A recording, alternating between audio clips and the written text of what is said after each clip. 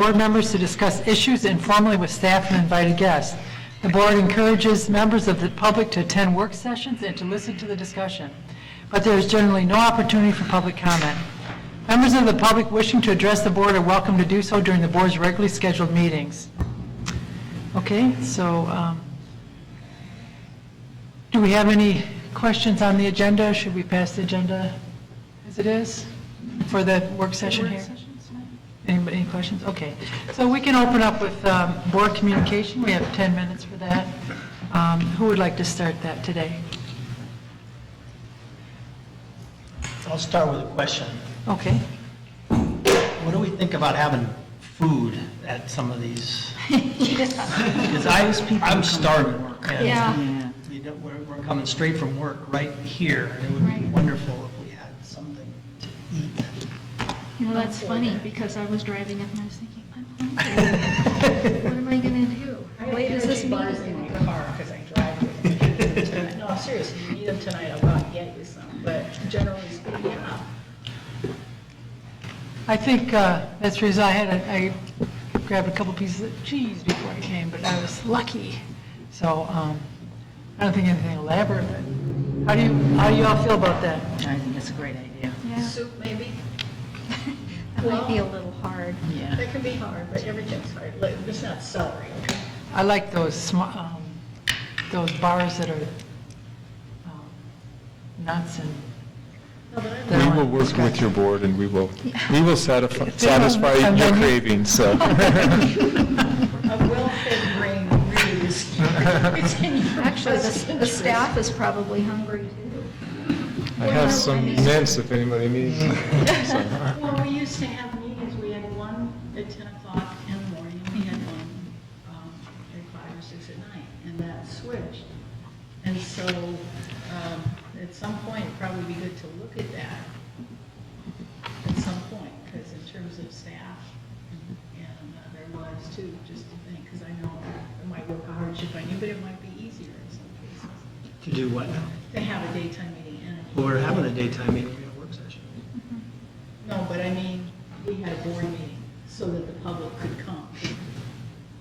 They can't speak at the work sessions.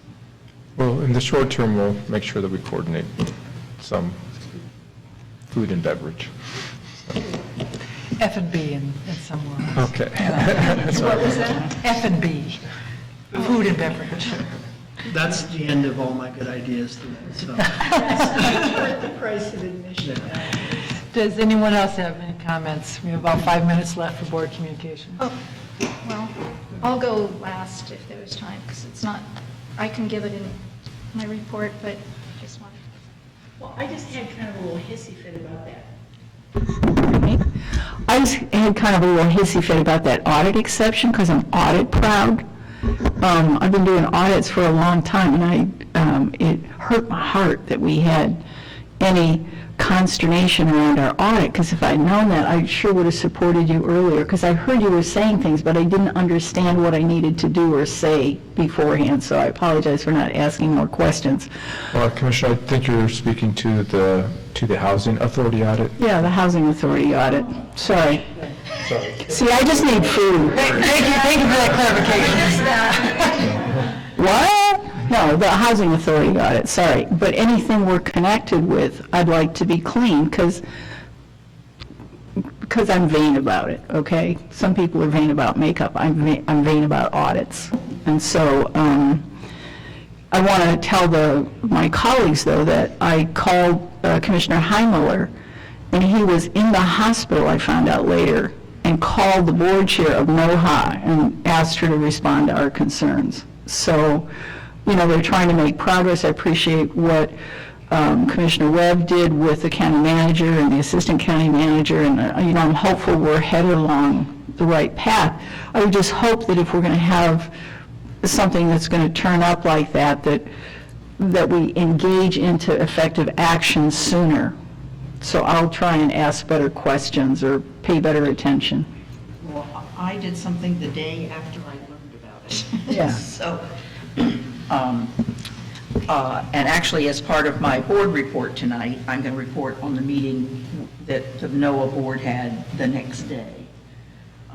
and I feel satisfied with the way the whole thing has proceeded after that. Okay, so we were as timely as we were able to I would be. have appreciated it if you had called me before you called Henry Hyman. I mean, I think that would have I did call you, but the phone rang and rang and rang and rang and rang and didn't answer. I did call you first. Well, I think one thing that's good about these work sessions is that we are working hard to establish communication between all of us. And so this is a good start, and we'll just have to keep working at it. So, yes. Probably out of time. No, we have, I don't know why this is not changing time, but, Because it's timeless. oh, Oh, 3 minutes. Okay. Yeah. Well, I will give a report on the Arts Council meeting, but I wanted to add something that Brian Rogers came, and he's from the Oregon Arts Commission. And, Brian Rogers came for their strategic planning meeting, and he said that there's not that many organizations in the state that are doing what this council is doing. And so he thought it was a pretty good bet that they would get another grant to do their economic study that'll be coming up. I was really happy to hear that. Oh, yes. I had no idea. And he's talking about forming cultural regions. So this might be one of them. you know, and I just talked, Mary Blake called, I talked to her today, and they're on Sunset, the recreational park over there, I don't have the right name for it, Seaside. Sunset Park. Sunset Empire? Yeah, District. well, it's the parklands over there, is that what? Well, it's- there's a, the Broadway city Park? of City of Seaside. Vista, City has of parks. Seaside. Okay. But anyways, they're planning what sounds like a lot of fun event as a fundraiser, and it will include arts in the park and stuff, so. I'm sure when we get more information, we can be a little clearer. Was anybody from the state at the program that was done at the Seaside Convention Center that the Arts Council put on? I don't think so. Boy, there No. should have, I mean, it was But- really good. But maybe next time. Or the. They're already starting to plan for next year. Yeah, good. Okay, that's great. Does anybody have any other comments? Okay, let's talk about the formal agenda. Do you have any, I can no longer any participate. questions or comments about the agenda before we get started? For the meeting? Oh, I wanted to say on item 6, the vacation of Third Avenue. That's in my neighborhood, next door to next door to next door, and I don't have any financial interest at all. Council, do you think I need to recuse myself or pull it or anything like that? Okay, Have conflict. just so you know. Yeah. There's no money involved, there's no, Okay, so anything else about the agenda? Does it look pretty good to go? So when we start the meeting? Oh, for a regular session, is what Correct. you're asking? Yes. Oh, okay. You cool with that? All right, so let's move on to the topics. We have 2018 audited financial statements. We have about 20 minutes to cover this, and I see Ms. Steele is here. Debbie Velasquez of Appearance in Velasquez. Okay. Our auditing firm. So if you guys could announce yourselves into the mics when you get here, that'd be great. Monica Steele, Assistant County Manager. Debbie Velasquez, partner of Velasquez and Associates. Thank you. And so Debbie is here to answer any and all of your questions regarding either the county-wide audit or the 4 component units as well. And so I'm just going to turn it over to her and let her do her thing. That's what we pay her for. Okay, and I'm assuming you all have seen it already, so I'm just going to just briefly go over a few things, and then if you have specific questions, I'm happy to answer those. In the packet that you received 2 letters as well as the audit report. I'm going to just briefly go over the first letter. The first letter is a real short, like 3-page, 4-page letter. This letter is what we call the communication with those charged with governance.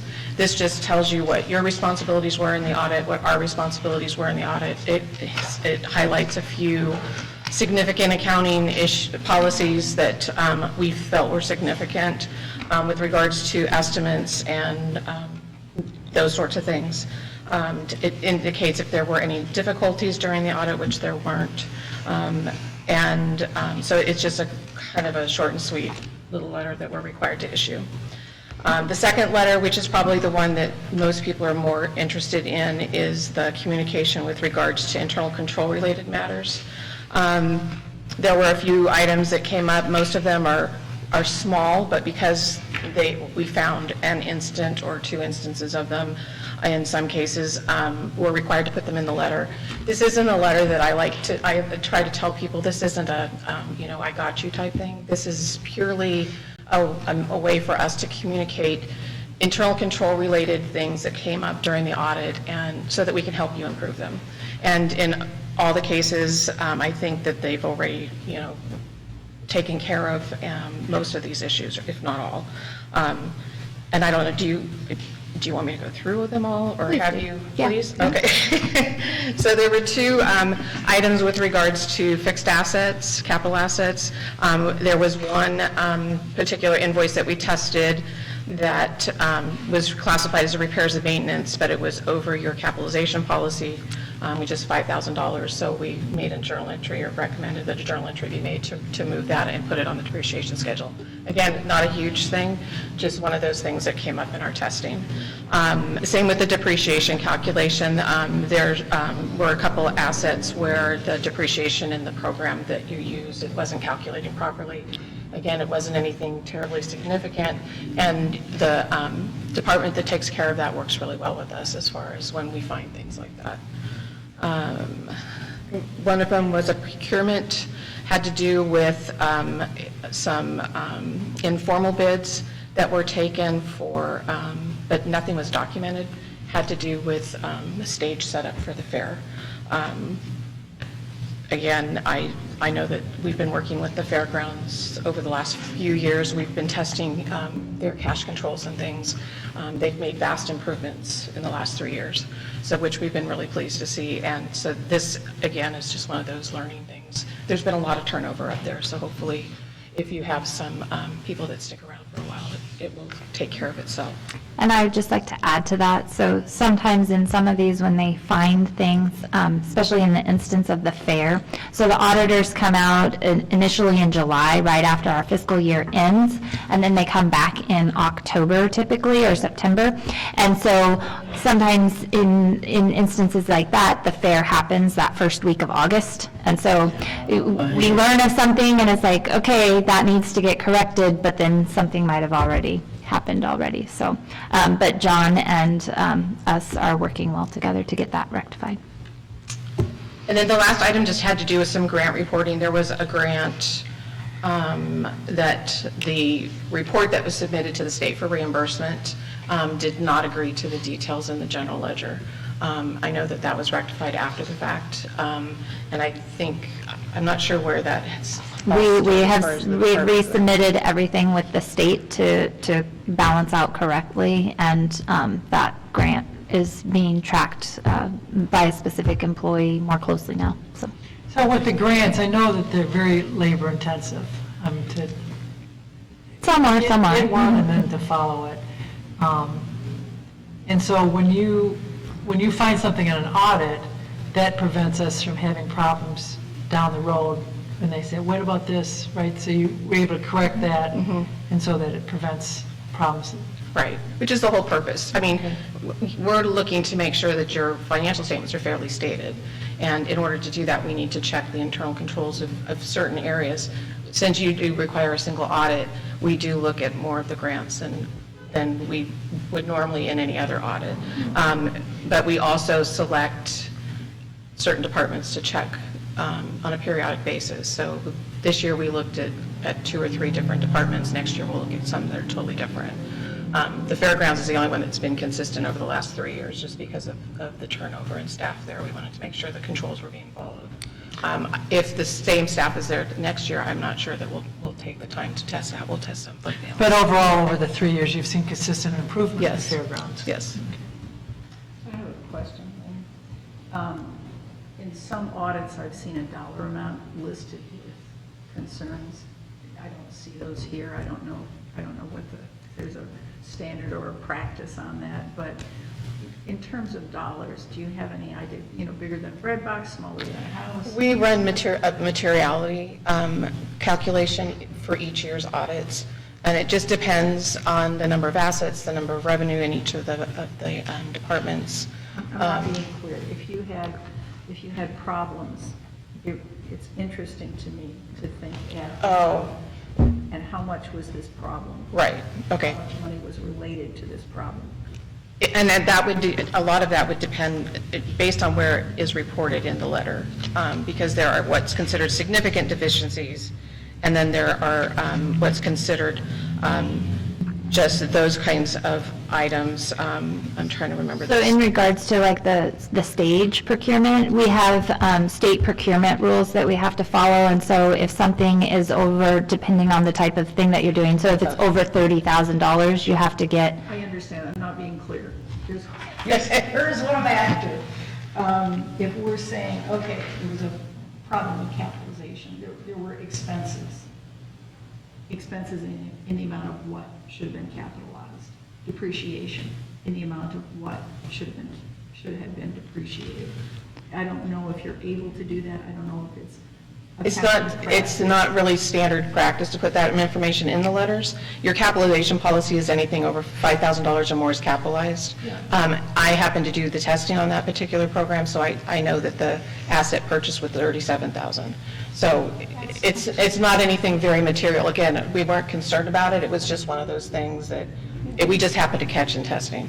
Yeah, it helps me feel more comfortable that I understand what's happening and what's the size of the issue.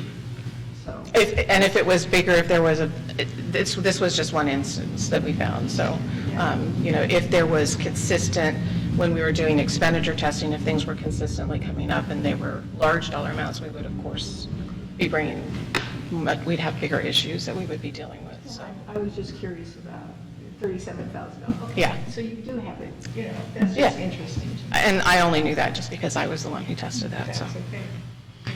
So we have about 11 minutes or Okay. so left. Are you finished with the letter? We kind of interrupted you. Yeah, you're fine.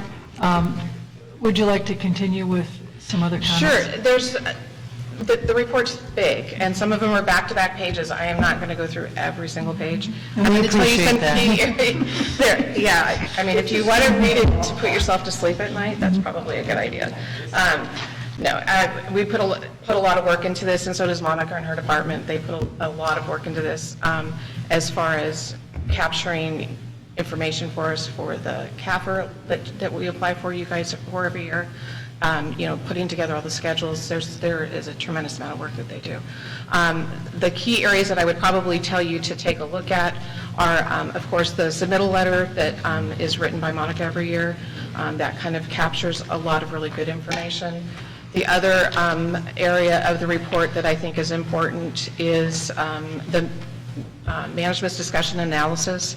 If you're looking for a quick synopsis of where you are, that's where I would probably go. The rest of the report, it gets into a lot of numbers. I'm happy to answer specific questions. If everything in the notes will explain things that are in the front part of the report. And then there's all the supplementary schedules and the statistical information that is required for the CAFR application. I think the biggest significant change to your report this year was the bond issuance. That was the only big part. That everything else, like I said, it went smoothly.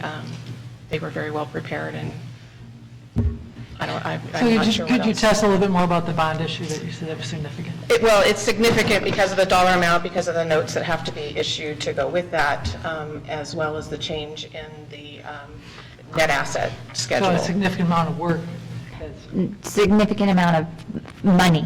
It was a $23 million increase to our assets, and so that changes a lot of the schedules. And so if you're somebody and you're looking at the CAFR section, and it talks about our debt obligations, we went from having less than $3 million in debt obligations to now having more than $23 million in debt obligations. So it's just those sorts of things that just kind of stick out, like, whoa, what happened there? So it kind of shifts some of your schedules a bit because it made a significant change in the amount. Thank you. And then the only other schedule I would maybe suggest that you might want to take a look at is on page, it is the detail of the constraints on your fund balance. And that is on page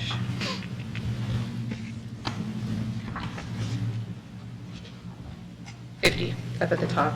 And it will break down for you by fund the different levels of constraints that are on your fund balance, as far as whether they're non-spendable, restricted, unrestricted, committed, that's assigned, those sorts of things.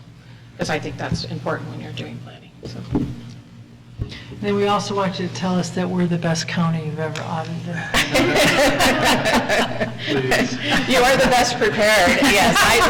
My team fights over who gets to come up here every year, so. Wow. Monica. No, I give my staff 100% credit for that. They are very detail-oriented, and they do an excellent job of making sure. And the other thing is we just try to keep communication open with all the departments, because sometimes auditors get a bad rap. It's like, oh, they're just here to get us in trouble.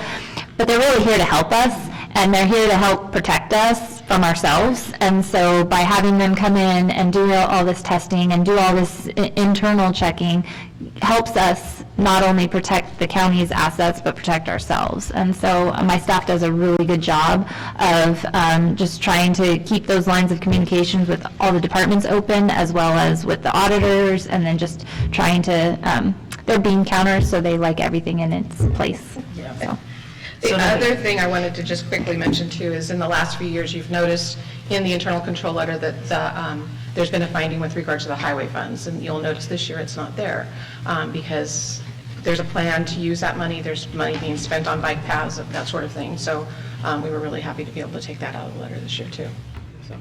Can I ask a question? Yes. If we went to a 2-year budget, would we have to audit still every year, or? Yeah, the Secretary of State requires the annual audit of all governmental units, and unless you can get legislature to change that, but. Oh, yeah, that's. Good luck with that. That's kind of We can work a short session goal. Oh, yeah, exactly. Yeah, I'll call them tomorrow. I'm not sure that's high on their priority list at the moment. Well, I certainly, I know I'm speaking for all of us, that we appreciate all the work that Monica and our staff has done, and also for all the work that your audit team has done. Thank you.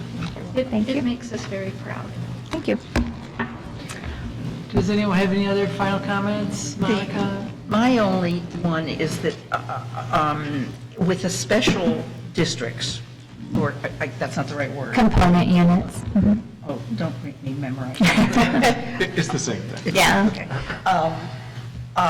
One of the things that it made me realize is that I don't understand, well, some of them, I mean, the sewer district, rural law enforcement, I had just a ton of questions about that I think they're really questions I can always ask. I just need, it just made me realize that I don't understand fully the functioning of these special units. And those are blended component units because that information is also included in your In the county-wide. county report. The only one that's a discreetly presented one is the housing authority, which is why the report was late this year, so. Which is, and so we don't get the copy of the housing authority audit? No, their numbers are presented in this audit. There's a column that says, I'm trying to find it. It's on, if you go to page, Just to clarify, this is the Clatsop County Housing Yeah, it's not, Authority, not the whole NOHA audit, just. No, I yeah. assumed that. Yeah. it starts on page 14. If you look at page 14, there's a column that says component unit, Clatsop Housing Authority. Because I looked for it,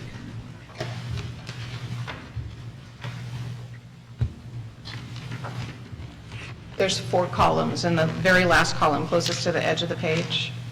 Oh, gotcha, Okay. I'm sorry, I That, just you're fine. didn't. And it only shows on the, And it ends on page 16. And so are these, this represents the housing authority's properties in Clatsop County? No. No, it just is just those remaining units that are part of Clatsop County Housing Authority that are going to be transferred over to, And it was my understanding that the Owens Adair one had happened, but I was Well, wrong. I don't remember exactly when it happened, but remember, this is the audit that ended June 30th, 2019. I'm sorry. it has happened, but it wasn't It in was- the audit period. Gotcha. how many units are still left? I think there's just one more building. Well, there were 2, and I thought Owens Adair had happened, but there was a little confusion about that in their audit. So, yeah. I think there's just one There's asset That's my understanding, remaining, it's yeah. just one. Shores. I just want to say again, Commissioner Webb, how much I appreciate you paying attention to that. Thank you all. Thank you. All right, thank you very much. We are now moving on to the legislative discussion. We have 15 minutes for this. Okay, so I'm And We can help you. educating. Sure. would anyone like to be the start? Well, I could just start.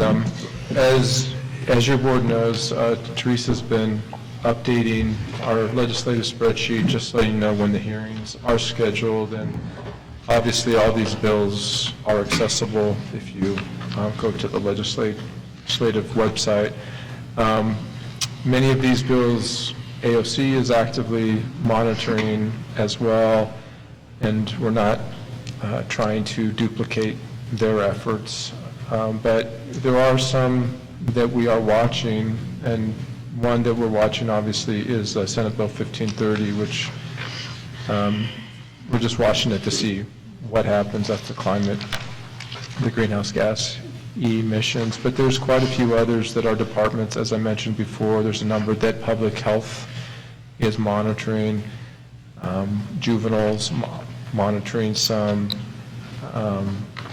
community development is also monitoring a number of them. So this is kind of where we are. As you all know, and I've said this last time, I think, too, is that the session is unpredictable in terms of what's going to happen. So we'll see if we get through the whole session or some variation of that, but. Size of the whole session is? Well, 35 days is the size of the session. It just depends on what happens in that 35 days, so. That's 35 working days, not weekends. Although they work often. Yeah, they on often weekends work during sewer on the sessions weekends, so. especially. So if there's any bills that you want us to spend more than just kind of tracking the public hearings, just let us know. Commissioner Thompson has been tracking some of them through AOC also. So I'm happy to take any input that the board might have, or if there if there's legislation that we haven't identified, just please let us know, so. On this on-site septic system financing, does that look positive as far as you know? Well, I think it's like all things right now. There are conversations, there is interest, but it's going to come down to really ways and means, and if they can get the resources set aside for it, so. Is it significant that it's referred to the Ways and Means at this point? Yes, So that's a good. It's a good sign. that's a good sign. Just It's, come out of committee. Made Yeah. it there. So, and Mike seems to be pretty hopeful. yeah. Commissioner Thompson, do you have anything you'd like to report from AOC? Or what, the ones that you're following?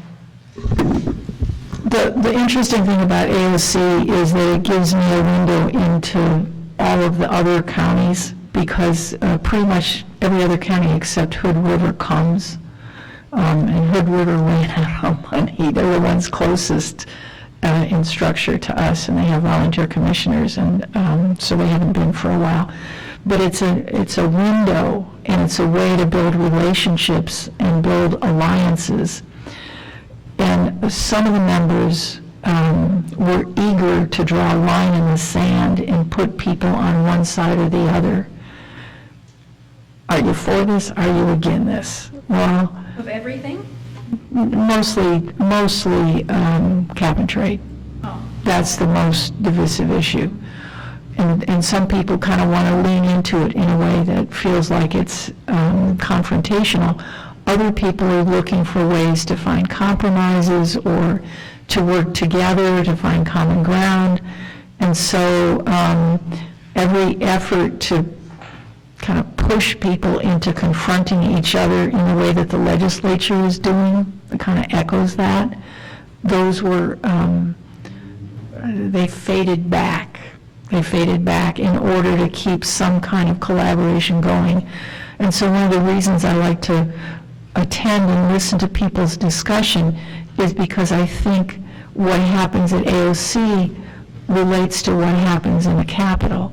And so if we at the county commission level and from that position can find ways to collaborate, find common ground, then hopefully we'll have some influence on our legislators. But I believe in the tooth fairy too, so, it makes sense that we look for good relationships wherever we can find them and try and maintain those. And so that there's a good feeling at AOC. Remember that there isn't an executive director, that the new executive director is going to come on in the middle of March, so next month, really after the session. And how all that plays out. So the staff is going ahead with lobbying that follows the principles and those committee principles. I don't know if you want to, County Manager Bloom, I don't know if you want to see all those distributed to the members of this commission, or if it's information that people can access if they want to, but every committee, every policy committee has committee principles, and they're basically related to making sure that counties have as much autonomy and authority and can be as effective and efficient as possible. So the main one that they talked about is cap and trade issues, that was it? No, there are lots of them. I mean, there are pages and pages and pages and hours and hours and hours and hours. That was the contentious one. That was the kind of the sticking point. Everything else is pretty much agreeable. Okay. I think that something that just happened too that I know you are aware of and you've read about was the MOU between the forest industry and the conservation community regarding the forest management practices, which really had three areas to it. One was the forest management practices, that they're going to mediate that. And then the other was some legislation that is going to come through the short session to deal with the pesticide application notices and buffer. Herbicide. Yeah, what did I say? Pesticide or herbicide? Those people have been correcting me for years, you know what I mean? And then the other one was, they were both agreeing to walk away from the petitions that they were forwarding and the legislation goals that they respectively had. So I mean, that does have an impact on the legislature during the short session, because there will be legislation dealing with those issues. And I think, I mean, again, this was happening way out of my office when all these conversations were going on, but to me, it is affirming when the timber industry and the conservation community can get together. And when you look at the signature page for the MOU, it's a lot of folks who we know and who we deal with, both on the conservation side and on the timber side. So.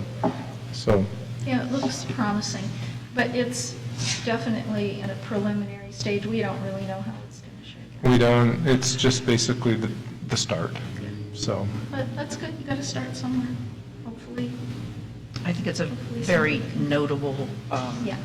move on the part of the governor to have Yes, to have I think so. formed this group. I think this was very good. I know a lot of people in the environmental community are not happy Right.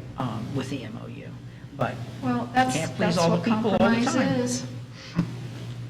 so we'll see. We'll see. Is there any other staff issues that you're particularly feel strongly about or hopeful? Regarding the legislation? Yeah. I think, if you talk to staff, there are a number bills that they would like to see progress. And I think in the public health area, we certainly have. We've had the tobacco retail tax that's been in front of your board, and the prohibition on vaping and flavored products, and so there's legislation And there's being considered now. the mail one. Yeah, it's both is on, also yeah. something that's. Both on internet sales and on retail sales. If I could just say, the discussions that we've had here from Dr. McNichol and among our board have really been useful, as we are in the cutting edge on that one. So it's nice to feel very prepared in that larger context, and the same issues came up. We could have imported some of the people who were testifying at our board down there. It would have worked well. Well, in my interaction with AOC, one of the things I'm learning is that the groups, the staff subgroups at AOC, or independent of AOC, they vary in strength pretty considerably. And the public health guys are really well organized. and they make it to, I've offered to Mike to, go on our behalf. But they're really good. I mean, they're organized, and they make sure that the right people get to the right hearings. That's great. The one about property taxes relief for seniors, is that a worry for the county, or how would that, do we know how that would impact? It'll cost us money. Yeah, Yeah. I mean, we already do have a senior referral program, Okay. and so, it just kind of depends on it. yeah, and that's something that's being evaluated as they're going through the legislative process, because the impact, obviously not every county equally, just because of the amount of property taxes that are being generated and the percentage of property taxes compared to their overall discretionary revenue. So we will be watching that, but certainly it has the potential to have an impact. And we So, also have a higher population. That's right. of seniors. But, yeah, I think it's good. Okay, any other comments or anything else that someone would like to bring up during this time? Water. You want water in your cup? No. We're still having strong and divided discussions about water. The water moratorium is continuing in the Falcon Cove Beach Water District, and there still is no agreement on the data and what they mean. I mean, it's astonishing to me. So we continue to have water board meetings. Last time I spoke about circles of trust and how to develop trust and work on trust, because we're down there together. We really are going to need to depend on each other, and so we need to be able to work together on this issue and on every public policy issue. But freshwater is an issue with the water moratorium. There's a neighbor who's had concerns for years about a transient occupancy unit in front of her and the wastewater and what happens to that.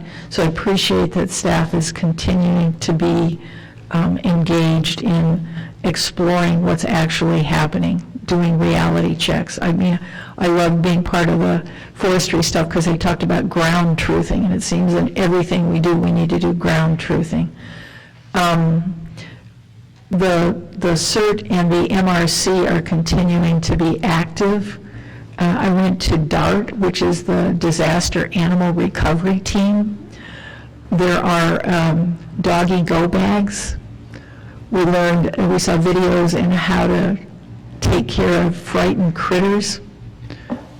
Let's not try that with each other, but I mean, it's very interesting to see how the community at the most fundamental level is organizing itself to be able to respond to whatever emergency situations arise, given what's happening with storms and all the rest of it. One of the things maybe I should report on is that has everybody gotten, Are we still on this? oh, I'm sorry. Are we? Well, no, did I asked if anybody had any more comments? Did you have another comment about the legislation? I had a question. Okay. So, I'm sorry. No, I'm sorry. Sorry. So what is this one, allowing clerks to remove contents from return identification and secrecy envelopes, ballots? I don't know what that means. I'm trying to find it, Commissioner. Oh, it's second from the bottom. I actually, Bill Burgess talked about, if I may, the representative for the county clerks explained that the issue is the time that it takes to slit open the outside envelopes. They don't want to open the privacy envelopes, but they want to slit open the outside envelopes and then hold the inside privacy envelopes secure and unopened, but it will save them time and yield faster results. And this bill would allow that. As you know, the election process is a very prescribed process by statute, and so this bill is really one that is just to help improve just the processing of the ballots. Timeliness. And so, More efficient? yes, and Yes, okay. it's pretty routine that the elections process has some slight refinements on a continual basis, and it's something that every one of these ballots is touched, and so as you touch the ballot, they're trying to make it more efficient, so. May I just throw in a comment that I'm very proud of Oregon's ballot system. Yes. And I appreciate that we have a paper ballot system, and I feel confident with our Especially system. now. after Especially now. Especially now. We're not using an app. No apps. No apps. No apps. Oh, can I? Yes, do- Commissioner Webb. Do my little, one of the things after a few of us went down to the 100-year water vision meeting, we asked Chris Farrar, who many of you probably know, to attend the technical session. It was a one-day event, I think it was in Salem or Corvallis or something, and he went and he came back with a report that speaks directly, Commissioner Thompson, to your water issues. One of the biggest findings from that technical session was that we are doing a few things that are very bad. One of them is we are not testing our water. And that there are many watersheds where the water is not tested. And secondly, we need to agree on a technology that everybody can sign on to for doing that testing, so that it would address, what you all are encountering in Falcon Cove of the scientists arguing with each other. And that was one of the biggest takeaways, was that we have to establish more. Well, there must be different kinds of testing, because certainly you hear about EPA's going, this is, for whatever industry they're testing, they're looking at that. But So that's one of the Are issues. you talking about quantity? They're testing for quantity? No, for quality. Quality is the issue. Well, quantity is also an issue, measuring the quantity as is happening in Falcon Cove. That's the biggest deal in our neighborhood. Our quality is okay because we test, but it's the quantity and who determines that. So that's good news. Especially true with groundwater, of course. So that was one of the biggest findings in that technical group. And did everybody, I just today received an email from OWEB about it's like the next stages for the 100-year water vision. Did you all not receive? I received that, I'm not sure. if I haven't the had an Commissioners- opportunity to check my Seen email it. yet. I might. Because it's really good stuff. I mean, and I think it has very nice implications for what we can do at the local level if we want to engage this as a county issue. And so take a look at it. Who's And it from? It's from OWEB, I think. I actually got two copies, because I got one copy from the AOC committee that I sit on, and one directly, I think, from OWEB. I'm going to send it to everybody just in case you didn't receive it. Yeah. I'll have it 3 It's times. really good stuff. I really like the focus, and I think, once again, it's the governor's office Is it from leadership. AOC? Yes. It's from AOC. I got one, like I say, I got one from Is it AOC. the Water Vision update? Water Vision. Yes, yes, that's it. Okay. No, I apologize, I just spammed you with another copy of this. Well, what's interesting in the Water District is that the consistently extraordinary, we don't want to call them overusers, but the highest users are all the transient occupancy that's in the neighborhood. I mean, it's not a surprise. Auto farmers. I have an avocado farmer in my Well, district. but when we're looking, again, when we're looking at costs and benefits and consequences, which is what I hope we look at as a board, costs, benefits, and consequences, that we look at the impact on our infrastructure. When we talked about the revenue streams and how much revenue we realize to pay for essential services, and then the impact on the rest of the infrastructure, I want us to be looking in that direction, because I think it takes a comprehensive look. So I'm glad that people are looking at quality, but also quantity and benefits to the community are significant issues. Yeah, I don't know why we don't have conservation advertising in this state or this country about water. We used to. I've never, And I can- California has it when it's only when you get into a crisis. I don't understand it. Well, I can tell you one local thing. I went to a Soil and Water Conservation District meeting this morning. And one of the issues is that they are so terribly underfunded that they have trouble doing outreach. Yeah.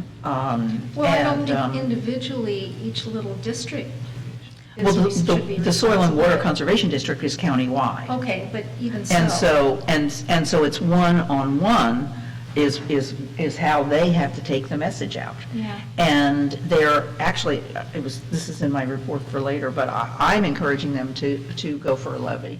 We're one of the few counties in the state that does not have a Soil and Water Conservation District levy. And consequently, communication with our farming community especially is very key. And so, they have their website hasn't been updated in a year and a half. And they had a big discussion today about how to raise the money to update their website. I mean, come on, guys, that's really basic.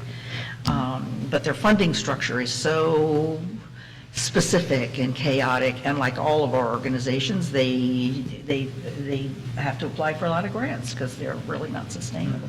Now, in the packet, there was some tourism money that the fairgrounds are going to be able to use for events or whatever. Would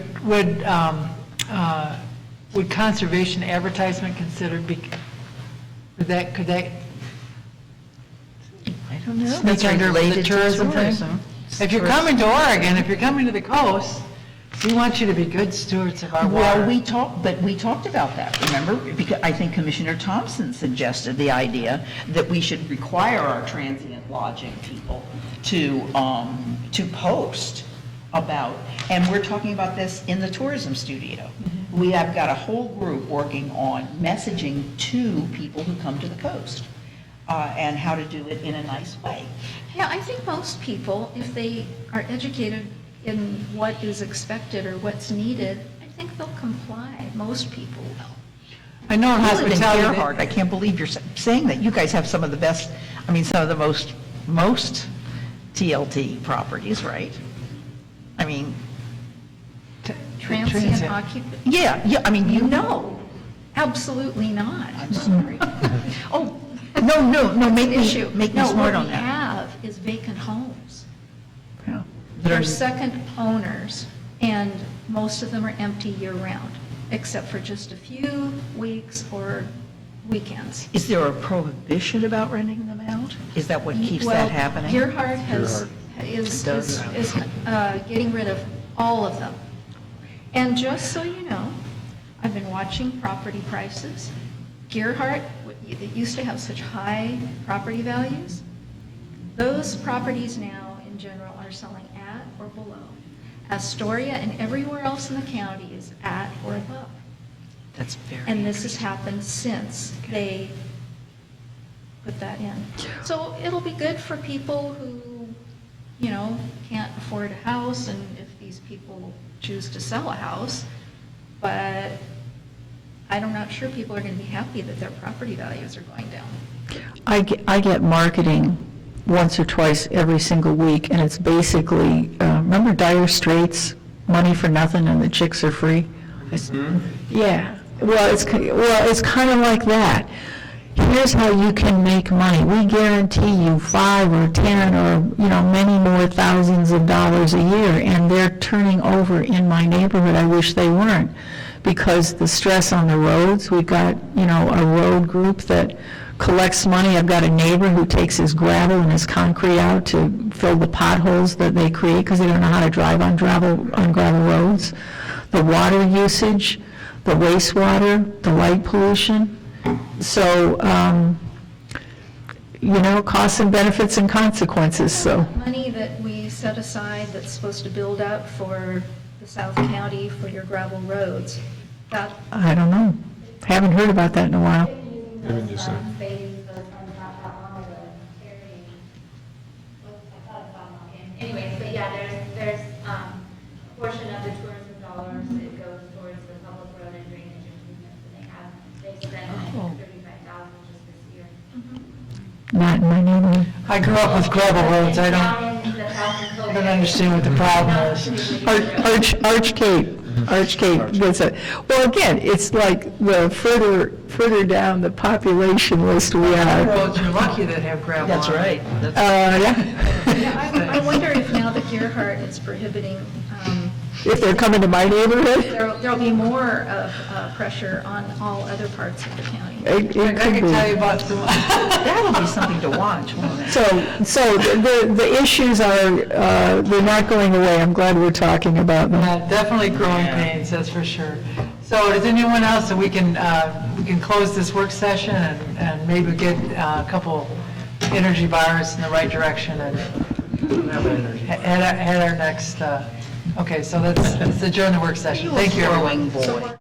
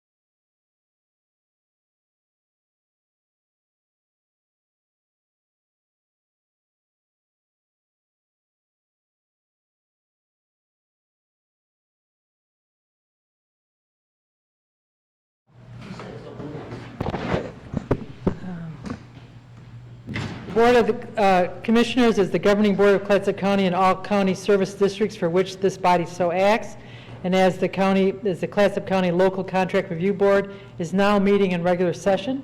Let's have the flag salute, please. I pledge allegiance to the flag of the United States of America and to the republic for which it stands, one nation, under God, indivisible, with liberty and justice for all. Thank you. Teresa, may we have the roll call, please? Commissioner Whitaker? Here. Commissioner Webb? Here? Commissioner Kruger? Here. Commissioner Thompson? Here. Commissioner Sullivan? Here. Okay, so we're all here, we have a quorum. Do I hear any motion for the approval of the agenda? Madam Chair, move adoption of the agenda. Second. So the motion has been approved and seconded, and all those in favor say aye. Aye. Okay, and tonight we have a presentation from the 2018-2019 audited financial statements. May we have that now? Commissioners, Monica Steele, Assistant County Manager, and I have with me Debbie Velasquez from Kuntz and Velasquez, our auditing firm, and I know you all had the opportunity to hear her present during the work session, but I know that the people in the audience really want to hear about the audited financials, so she's going to read through the entire book just for them. If we could move the microphones up a little bit more so we can Sure. hear all. Anyways, I don't miss a single word. Exactly. So I'm here to help answer any questions if you think of anything, but I'm going to turn it over to Debbie. Okay. So I'm just going to quickly go over the letters that have been issued. I know that we talked about them earlier, but for everybody else, there's 2 letters that we issue with our audit report. A letter to those charged with governance that just indicates what everybody's responsibilities are with the audit as far as what you and your staff, as well as what my staff is responsible for. The second letter is the letter with regards to internal control related matters. There's a variety of things that come up during our testing. A lot of this comes from the audit testing, also comes from our testing of minimum standards. I'm not going to read through all of them. I think the ones that probably were the ones that we talked about a little bit were the procurement. That's an Oregon minimum standard requirement that we test. There was just one that didn't have all of the documentation for the informal bids that needed to be had. But it's not something I consider to be something very significant in the big scheme of things. I'm trying to think. And grant reporting was the other area. There was one grant in particular where the reimbursement request to the state did not agree to the general ledger. It was rectified later, and I know that there's been changes made in that area so that things are being done more timely and more accurately. And then the one other item that I wanted to note was that the highway fund for the state highway funds that has been in the letter the last few years is no longer in the letter. Money is now being spent. There's a plan in place for bike paths and things like that. So we were able to take that out, and that made us very happy this year. With regards to the rest of the report, obviously I'm not going to read through all of it, but I would probably tell you that if you want to get the biggest idea of what is included in here and what numbers are looking like, to read through the management discussion and analysis.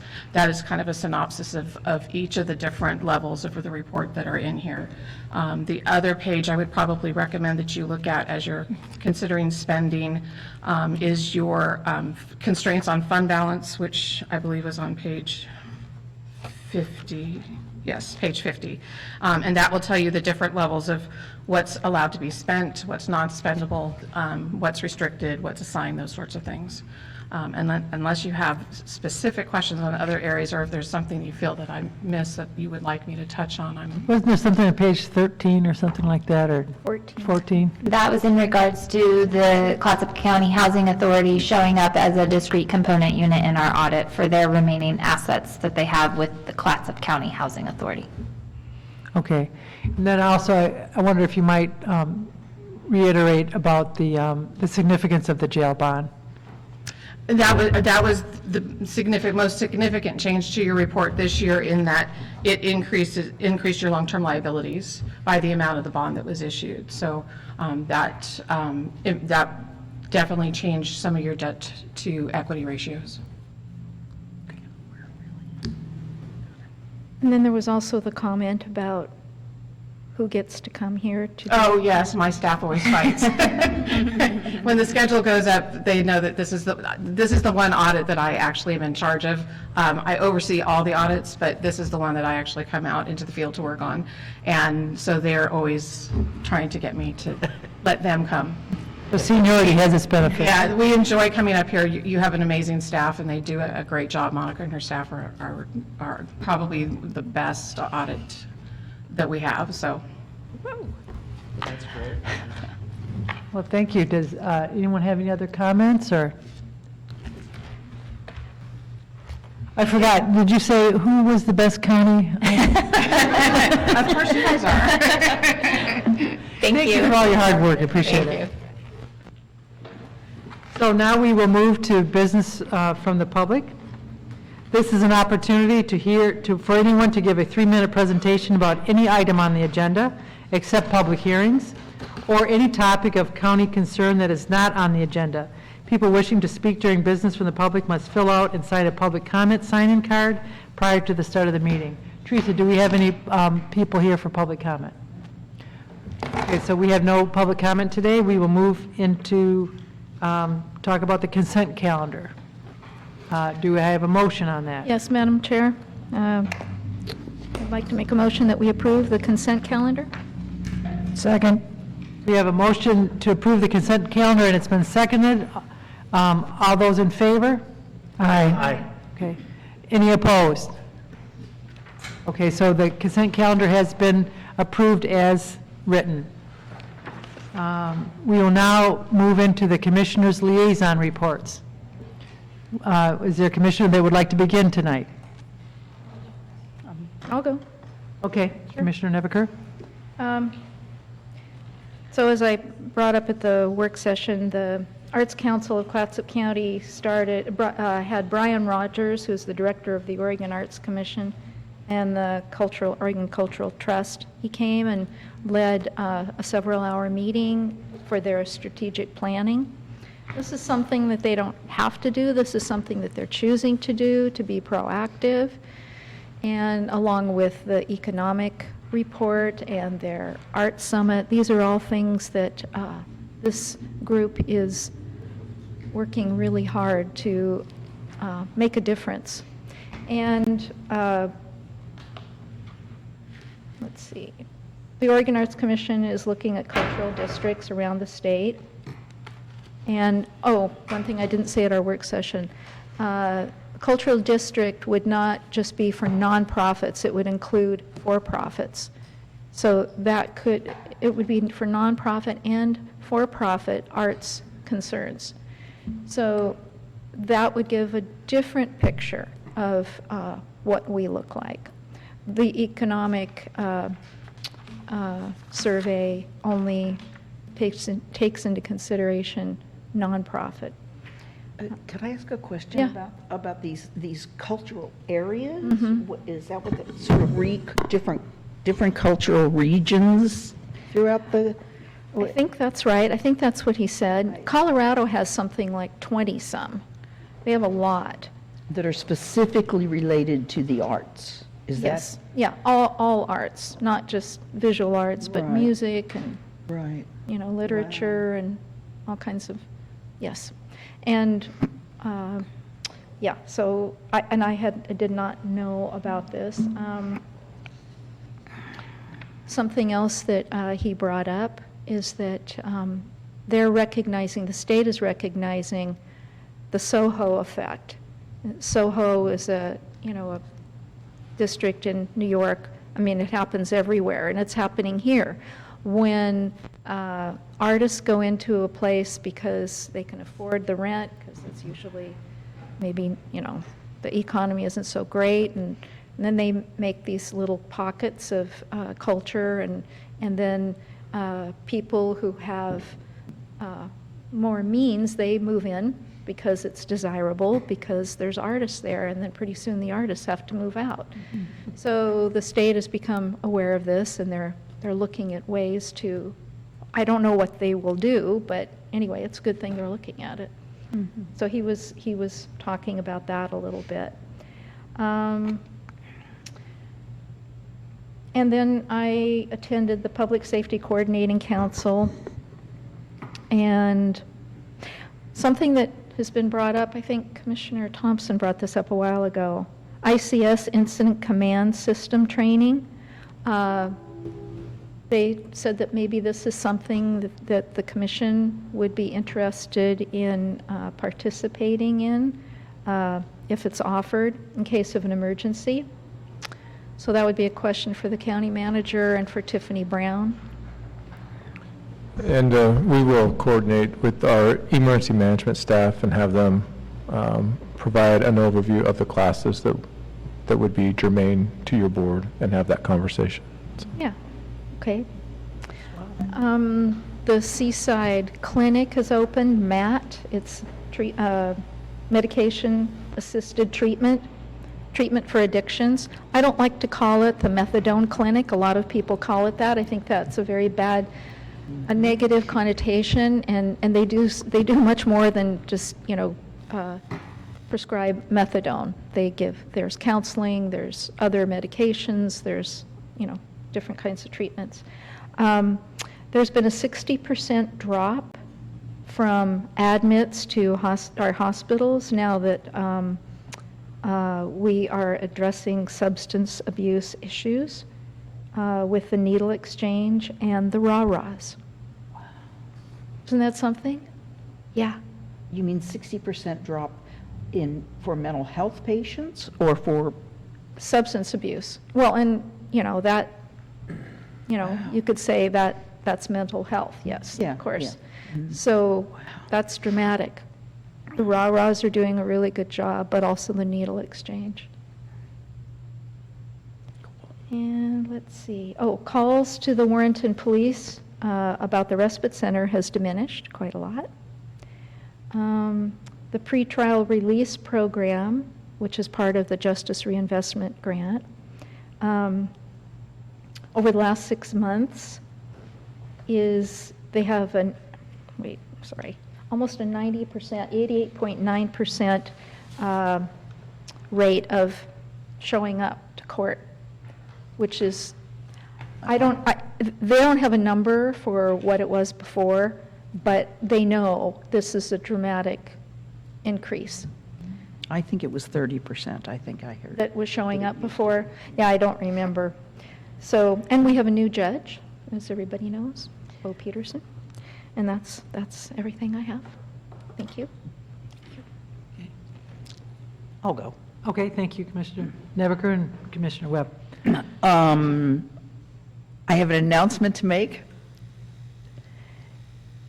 After years of some of the people even on this board working to get an extension agent at OSU Extension for small farms in Clatsop County, today OSU announced that they're going to give us a staff person. That's wonderful. Great, that's great. And it'll be for Tillamook and Clatsop counties. Great. And they've got an announcement that they released today to hire someone, and that person will be able to choose whether they work in Clatsop or whether they live in Clatsop or Tillamook. But of course, they're going to choose Clatsop. So this is so exciting, and it's so ironic that it was today, because yesterday, the National Resources Conservation Service, good job, had their annual public meeting, which unfortunately wasn't terribly well attended, but it was attended by several of our very active small farmers, and concluded that what they are going to be focusing their resources on for the coming year is going to be around water issues, which we really need to start talking about in this county. And The second thing was that we really needed someone from Extension to be able to reach out to our small farmers, because so many of them are new and they need all kinds of help, all kinds of help. So, so this is just marvelous. It's going to make a lot of people happy, and most of all me. I'm really excited about it. And it will make them, the small farmers, feel That we care about them, that Yes. we've lobbied for this, that we worked really hard. And in fact, the irony is that I came home from the NRCS meeting and immediately emailed one of my favorite people at OSU and said, what do I have to do to get this funding? You want my board to storm Corvallis, or, you know, what? And 2 hours later, he called me and said, you are not going to believe what I just learned. So that's been, I mean, I've talked to Wiley Thompson about this. I mean, I've done everything I can, and so that's great news. That means they're paying attention to us and our needs. I'd like to report back after talking at our last commission meeting about the Northwest Oregon Housing Authority. We had a meeting of that board the day after our last meeting here, and they responded to our negative comments, I thought, very positively. The executive director handed me the next day a 3 or 4 page response to the negative HUD audit. And I thought it was quite robust. I thought it was, you know, addressing some issues that they were actually objecting to with pushback. And I guess I'm gaining an appreciation of how audits work. That apparently, especially with agencies that receive different sources of funding, they do what's called a test, where they can't go through every action that has been done financially in an organization. So they take one program and reach in and do a sample. It's basically sampling. And that several of those in the HUD audit that the executive director objected to, and so gave a response. And so they are now working with HUD, and HUD has been just terrific in helping the staff. The other thing I guess I can say is that there is a lawsuit that has been brought against the Housing Authority from someone who was fired for wrongful termination, and it actually starts this week. It starts the 18th, next week. And it's scheduled on the docket, and CIS, who is representing the authority, has refused settlement negotiations. They want to take this to court. So stay tuned. I'm sure that will be reported. The issue about the tax exemption, remember, it was, I guess, at our work session when our A&T people came. And also the executive director had a good response, I thought, to that, in that it was one property and it was being managed by an outside property management agency during those 2 years. And so now the authority knows, and that property management agency has since been fired for that and all kinds of egregious other mismanagement. So that was not staff who had committed that error. So I think that's everything. Thank you. Who'd like to go next? I can't top what Commissioner Nemiker or Commissioner Webb had to report, so I'm going to pass. Okay. Sure Thank you. you can. You could tell us how you're sleeping at night. Not so much. Oh. I hear you. Joy's apparent of it. You look cheerful, though. You look really happy. That's great. It's delusion, grogginess. Okay. Yeah. Hunger. Nature's, Hunger, yeah, that's what it is. nature's survival tactics, okay. Water. Water is still an issue. Fresh water is an issue in our neighborhood. There's still disagreement among neighbors about the data and how to get the data and what the data mean. The moratorium continues. One thing is clear, though, in terms of volume, the greatest users are the transient occupancy units by far. And so that has a profound impact on the availability of water for people who just want to live in a place. Wastewater is also an issue, again, in a transient occupancy dwelling that a neighbor has strong concerns about. Lots of emails go to the planning director. Thank you for your responsiveness to that. These are some of the most challenging issues when you're dealing with neighbors. So we continue to look for neighborliness as we work on these issues. I get solicitations repeatedly, once or twice a week, telling me how much easy money I can make if I will only rent out my house. Dire straits, money for nothing and the chicks are free. Can't help it.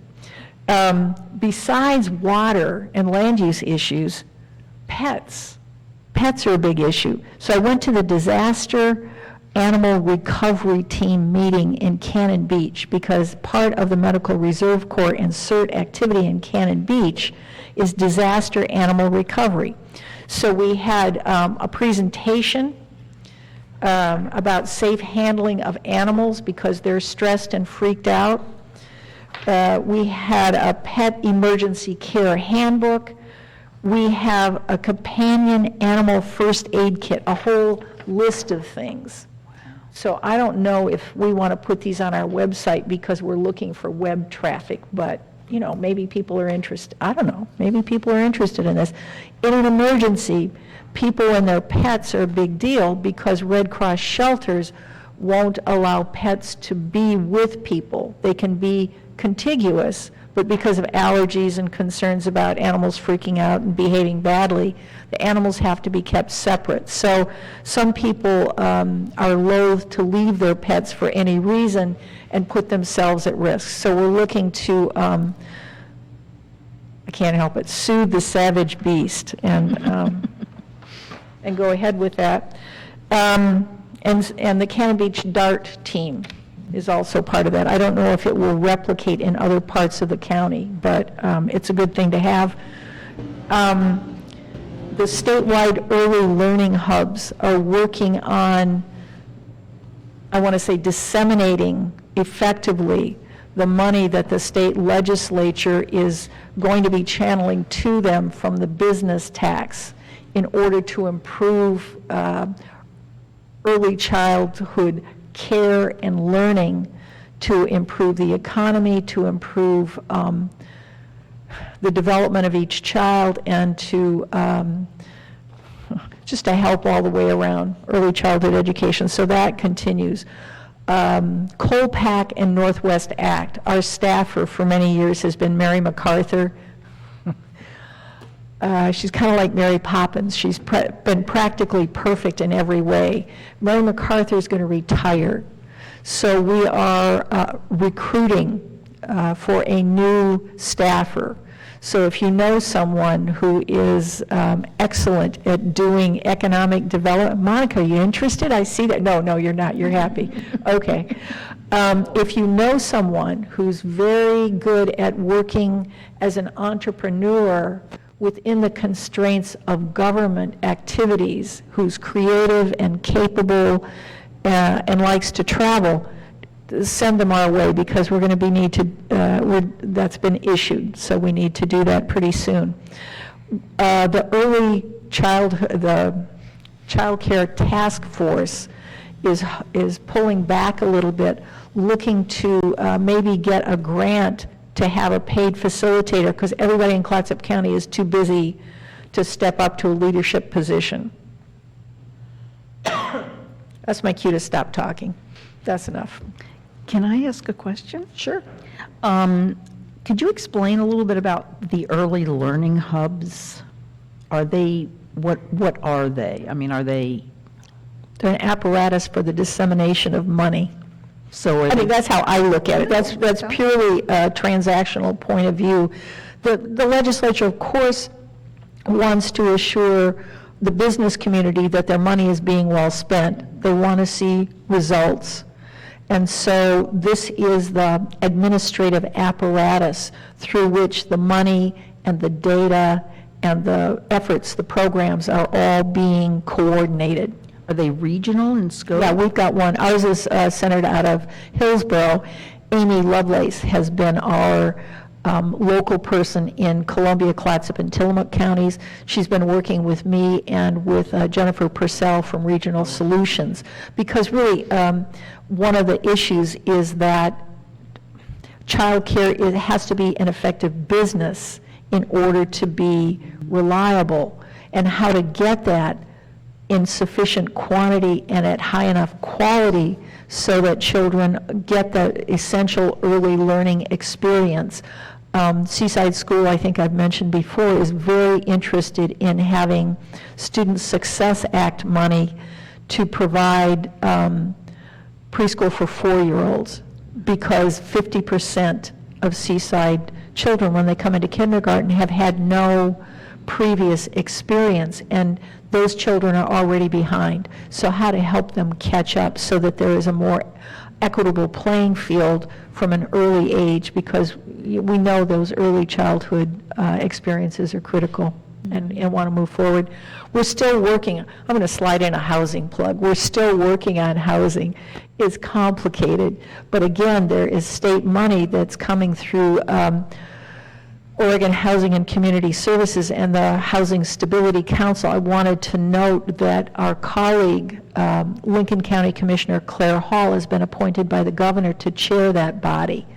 And so, coming from rural Oregon, Commissioner Hall understands the necessity to have housing developed in rural areas. And way back, I think it was on page 57 and 60, I pointed it out in the 73-page packet for the Housing Stability Council's last meeting, said, well, we're really not doing as well as we want to in rural Oregon. So our county manager has been working with Greg Wolf and Andy Smith and, with everybody we can lay our hands on to have a coordinated effort to produce projects. And, we need land, we need willing developers, you've heard the litany. So we're continuing in those efforts. One of the things that, I'm sorry. I just wanted, because this is a much larger discussion, and it's an ongoing discussion, so I just wanted to move. Is it something that can wait, or? Yes. Okay. So, thank you, Commissioner Thompson. And actually, is it good lead into my report? I serve on I've been a member of the Astoria Homelessness Task Force Committee, and our very own Monica Steele has been very active on that, serving with other members and, committees that are working directly. I think you were working on the job description for the homeless liaison position. Thank you. And we had, and also Amy Baker usually attends these meetings, and they had a speaker, Kevin Dahlgren from Gresham. It was just very, very impressive, and talked about how by reaching out on a daily basis with homeless people that are without houses, and then working with the community, how they've been able to really move more towards solutions. But one thing that area has that we still need to work on is they have much more.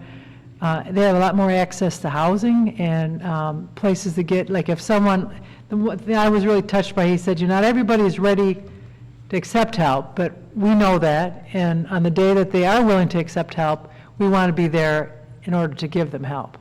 And the woman from Clatsop Community Action said that, a lot of the things that this gentleman was doing that we do in our county, in our cities, but we are really hampered by the lack of housing to move people to. And so that seems to be the critical point. And I know that, like Commissioner Thompson is saying, and all of us here are concerned, and I know County Manager Boone, we are really striving to find some solutions for our county. So, but I think it speaks highly of our community to have that many people at the table talking about this, bringing people in, getting, trying to find solutions. So I'm happy to be there, but by golly, he did a great presentation. It was really inspiring.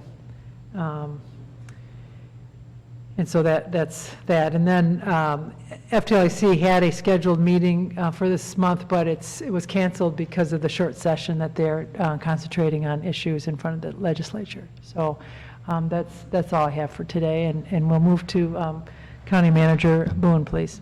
Chair Sullivan, members of the board. As my orientation in the community continues, I had the pleasure of spending some time both at the Clatsop County Historical Society and with the librarians from Astoria, Warrenton, and Seaside this last week. And the last meeting was really to get up to speed on their efforts in terms of the reading outreach program to children. So this is really from 0 to 19. And we specifically talked about the unincorporated youth and their access to libraries. And so I'm going to continue to talk about that with the librarians and see if there's a solution to making sure that everybody has access to library cards. So, and the Historical Society was really interesting. I got to go to the very top of the Flavel House, which I could barely fit into the very top of it, but that was great. And I was invited to go into the basement of the Astoria Library, and I hear that's quite interesting also. So besides that, I just want to remind folks that Monday is a holiday, and so Monday's President's Day, so the county will be closed on Monday. Doesn't mean I won't still answer emails, so but staff will not be here, so thank you. Thank you for that reminder. Okay, so we are moving on to the business agenda. This is on page 114 of your packet, the exchange of security upgrade contract.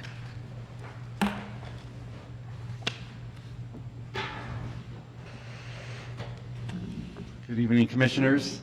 Not sure if this mic's working correctly, so I'll just kind of talk up. If you could introduce your name, please. David Diefenbach, Capital Projects Manager. This project is located in the second floor of 820 Exchange, and the plan is to replace that public services counter there, which is kind of outdated because they don't pass maps back and forth anymore, and like the place for the realtors to come and pick up maps and plats, that just doesn't happen. That's all electronic now. Oh. And also need to increase the security over there, because right now basically you walk in there, get off the elevator or anything, all the staff is wide open to the public side, which normally is okay, but then sometimes you have crazy, unfriendly people. And so the plan is to replace the desk, make it bullet resistant, and put some bullet resistant glass between the public side and the staff side. So we bid out the project, we advertised it in December. Luckily, we got 4 bids. Historically, lately, we have been having a hard time getting people to come down and bid, so we really outreached a lot, contacted some, contractors we'd used in the past. And then we got 4 bids, and it was really odd. The first one was $219,000, the next one was $119,000. So they're wide variety, but the contractor that got it is the low bidder. MTech has done this type of work before. They're, so I talked to them. They seem competent. Their cabinet makers came and measured on Monday, and they seem like a good contractor. And so we're asking you to approve this contract with MTech Construction. And if you have any questions, I'll try to answer. Thank you. Anyone has questions? I do. Okay. Commissioner Thompson. I really like to see this, some bulletproofing on our desk here, because I'm not looking for trouble. I'm not trying to give anybody bad ideas, but you know what? I feel a lot more comfortable if we had some protection. So I don't know how that works, but We have a process through the budget to kind of look at what some of those enhancements need to be for security. So what I would say is, you'd probably want to interface with some of the experts to give us some advice on what that might entail. And I'm thinking the sheriff's office to help us and others. So let us look into Please. that and have a conversation with your board. Not to be a fuss budget, but you know, David, I imagine that type of glass is very expensive. Yes, it is. The contractor said that the glass was about $40,000 of this budget, of their bid, I mean. It still seems like a lot of money, though, doesn't it?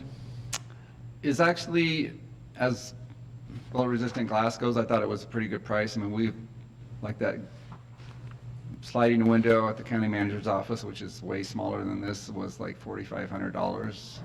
And so getting this whole big area, I thought, you know, the cost per square footage was lower. Maybe it's just because it's more, but it seemed reasonable. So you feel pretty confident with this? Yes, they've been responsive. The general contractor came down, met with us, brought his contract, and so that's ready to sign up in the county manager's office. And then the cabinet maker came Monday, and he seems on the ball, and so. When do you expect, once this starts, that it'll be finished? It should be installed in April. That's the plan, to get it in before the May election. So it'll probably take a couple weeks to get shop drawings back from the cabinet maker, you know, maybe a month for him to make it, and then install. They're going to try to install over 2 weekends, so they'll remove the existing cabinet on one weekend and install the new one, and then the next weekend they'll come back and put the glass in, so that you can't really interrupt public service and staff, and so we're trying to do it weekends, evenings, stuff like that. Okay, thank you. Does anyone have any other questions? Is this a local company? It's not a local company. They actually have an office down the coast somewhere, I can't remember, Coos Bay or someplace, and then they have an office in Chehalis. We didn't get any local companies that did it. I would think this is probably pretty specialized work. It would be something they would just sub out anyways. You know, there's probably not a local cabinet maker that would do this work. And then the glass comes from, I don't know where, Texas or someplace. Okay, I will. Chair Sullivan? Yes. I would like to make a motion that the board approve the county manager to sign a contract with EMT LLC in the amount of $119,240 and authorize the county manager to sign contract amendments.